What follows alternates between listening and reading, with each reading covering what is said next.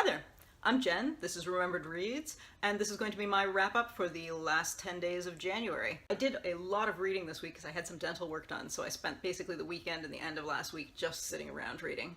Basically everything that I looked at these past 10 days was a memoir. The first book that I'm going to talk about, I actually listened to 2 weeks ago and forgot to mention in my last wrap-up, and that's Trevor Noah's Born a Crime, which I know a lot of people have been talking about because a lot of people read this as part of Diversathon this past week, and I know a lot of people have this because it was free over New Year's on Audible. That is why I got it. With any comedian who's done a lot of autobiographical material in his shows, you always think, is this going to be a rehash of his stand-up? And this was interesting to me because a lot of the stories were the same as ones that he's talked about in his stand-up, but often from a different angle. So, for example, there's a lead-in where he talks about, my grandmother didn't beat me, but she beat my cousins. And the lead-in was like the same 2 lines that he's done in comedy, but then the story ended up taking a different angle, which I appreciated. So I thought that was cool because even though you know the story from the comedy, you get a different angle of it in this. I also thought the audiobook here has to be the superior choice to reading the book because a big part of his comedy is all the accents that he does. And in this, sometimes there'll be characters who sort of walk in and out, like a classmate or a security guard or something like that. And because he's doing the accent, you get more information about them. Whereas if you were reading it and you didn't have that, you wouldn't know anything about their background, whereas you get that with this. So yeah, this was very entertaining. It was very moving. 2 main critiques that I would have. One is that there are a few bits where he goes into social history as opposed to his family's history. And in those, it's very simplified, and I think that's kind of a tough thing to do because the audience is going to be both people who know the history and some people who know nothing about the history. And to try to balance that while still keeping it as an amusing memoir, I think is a tough thing to do. And I don't think the balance was 100% there. I feel like it's so simplified that, and if you look on Goodreads, you'll see reviews that definitely show this. If you know the history, you feel like, well, that's not exactly right. And if you don't know the history, I saw quite a few reviews where people, I think, didn't quite get it. So I don't think it hit the perfect balance. But again, I think that's a hard thing to get a perfect balance on. The other complaint that I would have in terms of narrative is that there's a lot of jumping back and forth in history, but there aren't a lot of markers for it. So there were quite a few bits where he starts telling a story, and we've just been at a point where he's 9 years old, and then suddenly he's 4 years old, and you don't get that the time has shifted backwards, or sometimes that the time has shifted forwards, until midpoint in a chapter, and that was a bit confusing. It made me wonder if there were years at the start of the chapters in the book, but I assume not, because normally the narrator would read that. But yeah, so those would be my only 2 complaints. It was a fun read. It did make me think of the material about people thought I had albinism from his Daywalker tour, and it did make me think, okay, most of that is clearly not true. Like with comedians, you usually go, okay, I think it's probably 50-50, 50% is something that was inspired by truth, and then they kind of run with it as an exaggeration. And reading this made me think less than 50% of that was true. But I don't know. That's just the impression that I got. The first thing that I actually read this week was Intolerable, a memoir of extremes by Kamal Al-Solaylee, who was a theater critic at the Globe and Mail, and also Eye Weekly, which I hadn't realized. So I knew his name from that, and I saw this pop up when it was nominated and then won the Toronto Book Award a few years ago. And this is his memoir of his family life. So his family is originally from Yemen, and when a bunch of businesses were nationalized, his father basically lost his businesses because he was a landlord. And so they left Yemen and moved first to Lebanon, to Beirut, and then there was bombing down the street from them, and so his family decided to move to Egypt. So he grew up in Cairo. When he was a teenager, I believe, they moved back to Yemen, and then he went to university and to grad school in the UK before finally settling in Toronto, which was just him who settled in Toronto. It's an interesting story because they were in these countries at very interesting points in their histories. So he lived through some really interesting things, and he's also the youngest of 11 children, so his siblings lived through a lot of interesting things. So you get to see a lot of history from the perspective of their family, and a lot of like evolution of social norms. Like he talks about that when they were in Egypt, about how they viewed religiousness as a very kind of peasants, rural people are religious. He talks about his sisters who, you know, used to go to the beach and wear bikinis and wear abayas. And actually one of his sisters wears niqab now, but she tells him it's not because of religion, it's because she's a university librarian and she doesn't want her students to recognize her when she's in public. It's funny because he doesn't completely believe it, but he reports it. There's a lot of that in here. He talks about how his brother went from being really secular to being religious, and it basically happens overnight. He says, yeah, he took his Clint Eastwood posters down and started praying. And it's interesting, but he didn't, because his siblings are all so much older than him, he doesn't have the kind of relationship where they were sharing a lot, so there isn't a lot of background on these changes that are happening with them, which I thought was kind of too bad, because that's almost more interesting than a lot of what's actually happening. Another bit that I thought was interesting was he is obviously is in a tough cultural spot because as a gay man he doesn't see a future for himself in Yemen when they move back to Yemen. And so that was a big part of why he went to the UK to go to grad school. And again, that should be interesting, but it's presented at a very superficial level, which, I mean, fair enough, not everybody wants to dive down into the depths of their own stuff, but as you're reading a memoir, it's not as interesting. It's just sort of presented as fact. Like, yeah, I did a PhD because I wanted to go clubbing in London, more or less. And you kind of go, well, okay, that's funny as a one-off, but there isn't anything really deeper afterwards. So that was, I thought, a bit of a missed opportunity, because it made it less engaging than it could have been otherwise. If you're looking for place descriptions, I did feel like there was a lot of that, especially, and not uniformly throughout the book, but especially when he's talking about Cairo and when he's talking about Toronto. So if you like that kind of thing, there's definitely a lot of that, and I liked those elements of it. I did find it distracting that it was as sort of self-reflective as opposed to wider reflective, because again, there are a lot of parts where I wondered things about his siblings and about his parents, because they had an interesting thing, whereas his father was a big Anglophile. He'd had an education in the UK, and his mother was illiterate. So they have this big gap between them, and he touches on that a few times, but he doesn't go particularly deep into that. And similarly, like, he talks about his personal life and how when he moved to the UK, he finally had the freedom to have an actual relationship. And he mentions that he had this partner who was German, and we know his name, but we know almost nothing else about him. And so that was strange. It's like, well, he ended the relationship because he was moving to Canada, and that was that. And again, you want to keep some of your private life private, that's fine. But since I was reading a memoir, I kind of went, well, okay, how did that go? Or at least have more context about it. Not necessarily that I want to nosily say, tell me more about your life, sir. It was strange to kind of have these things introduced and then not hear more about it. I ended up giving this 3 stars because it deals with some really interesting issues. And his family is putting a personal face on some clear social change that is happening. That is, in and of itself, really interesting. The trick is that the descriptions aren't super interesting. And I was really disappointed because I've liked his writing as a critic, so I was surprised at how not engaging as a story this was. Because, as a window on history, interesting. As for the actual descriptions, not as interesting as it could have been. So, yeah. And the next thing that I read was Riad Sattouf's The Arab of the Future, which my sister gave me a year ago, and I just haven't read since then. This was originally published in French. The English translation is by Sam Taylor, and it is a memoir of growing up in a combination of France, Libya, and Syria. So Sattouf his father was Syrian and his mother was French. They're given fake first names in this, so you get a sense that this isn't history, this is a child's memories, because it starts when he's very young.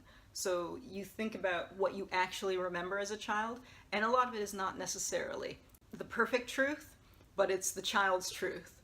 And I really liked that about this. It was very compelling. There are definitely big things happening in the countries that they're going to. Especially they first moved to Libya, and his father is a professor, and the lack of all housing is public, so that if they go out, somebody can move into their house.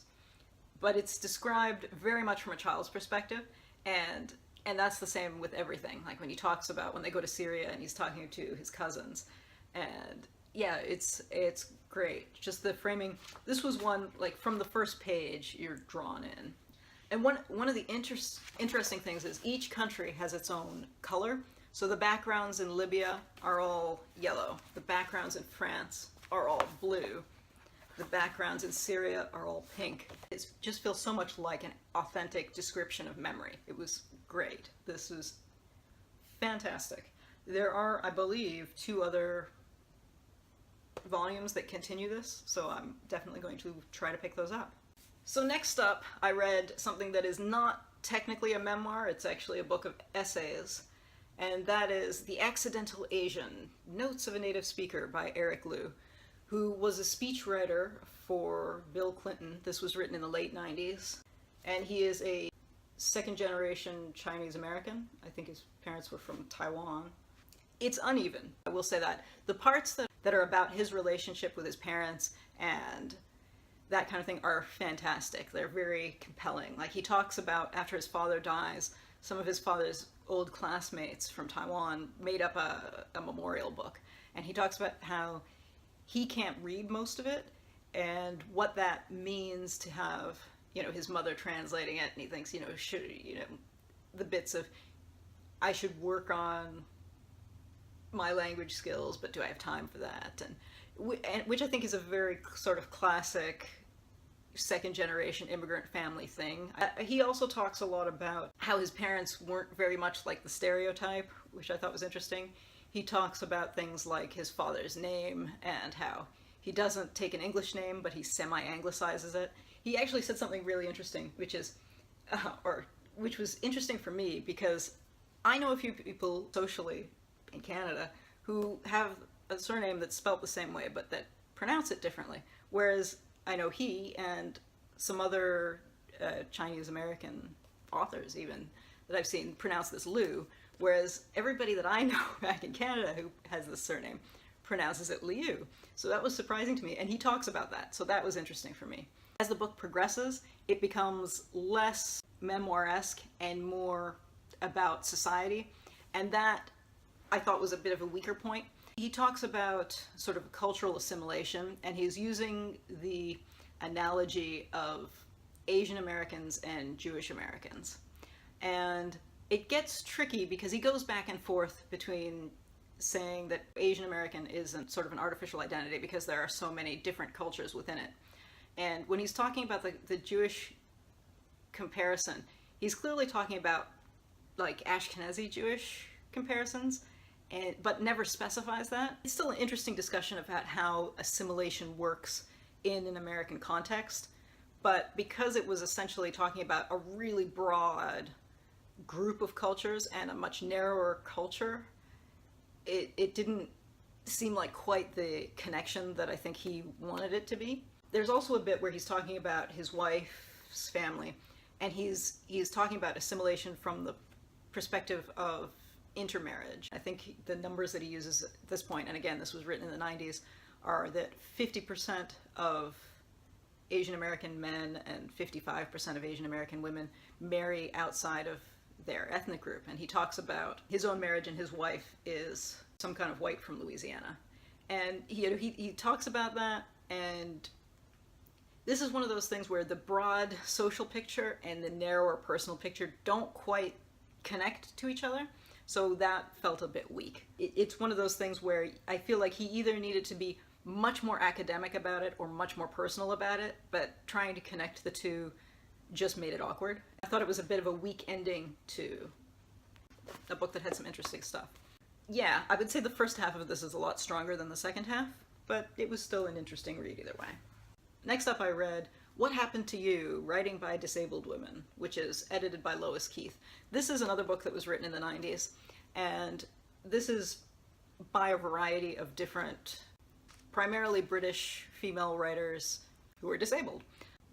It has a decent variety of voices in the sense that you get people who are viewing disability from a variety of different standpoints, and I'm going to say as an aside, as I usually do when I'm talking about anything related to disability, yes, it uses disabled as opposed to with a disability, and that is intentional. It's very much about, the editor talks about selecting books that center disability and as an identity as opposed to any other angle. So yeah, I mean, that is intentional. This is one, I didn't think it was great reading it now, but if I had read this 20 years ago when it was new, I think it would have been different. It would have been read as something better and more interesting, because I feel like the dialogue around disability, from, I almost want to say from a disability studies perspective, has evolved since then. So this would have felt a lot newer 20 years ago than it does now. It is still interesting if you haven't read any kind of narratives about disability that, and I mean, there are definitely people who are going from more a medical model in here, but it is primarily more from a social model and about the social perspectives. If you're not familiar with that kind of writing that centers that kind of discussion, then I think this would be very interesting. For myself, yeah, I didn't think it was that revelatory. But again, 20 years ago, I think it might have been. And as with anything that has multiple authors, not everything appealed to me, but it's not meant to. There's something for everyone, maybe. So next up is March, Book 3, which is John Lewis's graphic memoir about the civil rights movement in the 60s. It is the third book in the series. I saw a lot of people reading the first volume of this as part of Diversathon as well, so this has popped up a lot. And I know John Lewis has been in the news lately. Wow, American politics are something else these days. The other volumes in this are very well done. They are well illustrated. It is moving. It is interesting historically. It is educational. I mean, really the only complaint I have about this is that I feel like the 3 volumes should have been published together. I mean, I know obviously the first one came out a couple of years ago, so there would have been much more of a gap and they wanted to get it out on time. And I mean, in a way I'm glad they did, because I read the first one while I was living in DC, and there was a civil rights exhibit at the Museum of American History at the time, and I read it the same week that I went to see that exhibit.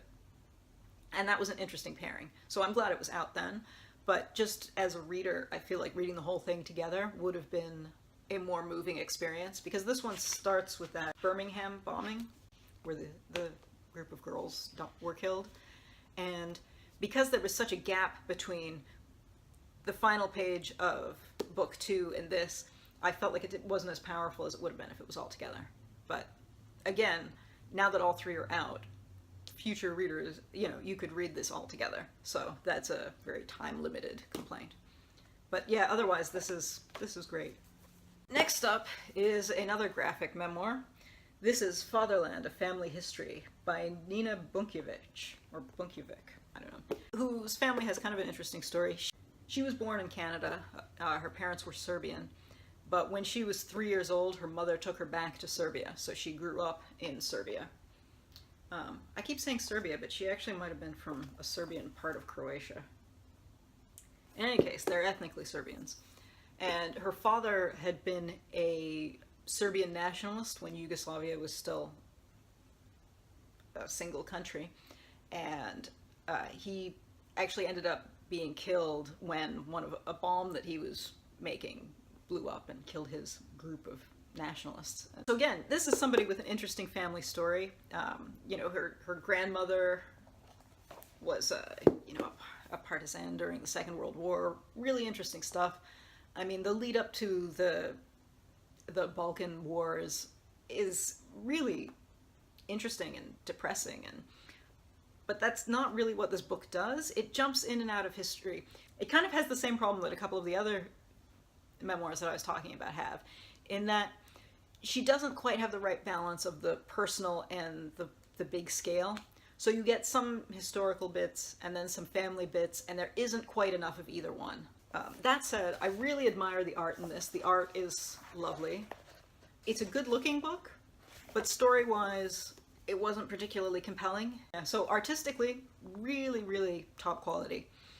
Story-wise, not the best. And then finally, I read Ta-Nehisi Coates' The Beautiful Struggle, which is primarily about him and one of his older brothers growing up as a kid in the 80s and as a teenager in the 90s. It's very poetic. It surprised me because the back of the book describes it as being primarily about his father, and it's saying, that his father was a Vietnam vet and a Black Panther and an old school disciplinarian and a reclaimer of lost histories, because he was a publisher and kind of a Pan-Africanist and all of that, which is all very interesting stuff, but it felt more about him and his brother growing up and coming of age and all of that. So I thought that was kind of an interesting disconnect, because it wasn't exactly about what was described on the back. I mean, except in the way that it was, because I guess you can say the parents make the children, so as you grow up, it's a reflection of that. In any case, it really did read very poetically. And there are bits of song lyrics and things at the beginning of chapters, which almost lends a kind of earworm quality to it. So you're thinking about like the song, so you have that in your head, which gives you a kind of rhythm that you end up reading to, which I thought was really neat. Like, it definitely had that effect on me, but I'm of his generation, so maybe if you were older or younger, you might not get that same effect. I don't know. And it's about Baltimore. One of the interesting things that it did is you've got this map, and so it almost presents Baltimore, not just the map, but also this kind of family tree where he explains who his brothers are, because he had a variety of older siblings who were technically half siblings, so that's all explained. But what that does, it almost makes it feel like, when you read like an epic fantasy and they stick a map and a genealogy in the front, which, is an interesting effect. It was good. I really enjoyed reading this. Like, there's a bit at the end where he talks about being a drummer, and not necessarily being the best drummer, but being part of it, and it's such a good... It was a great journey. You really felt the growing upness of it. That is not a word, but yeah. Yeah, so that was interesting. I think I'm most of the way through. I still have a few more memoirs, but I got through a lot of the memoirs that I had on my shelf this week. So that was the end of January for me. That's it for me. I'll go look at everybody else's wrap-ups now. That's it. Ciao.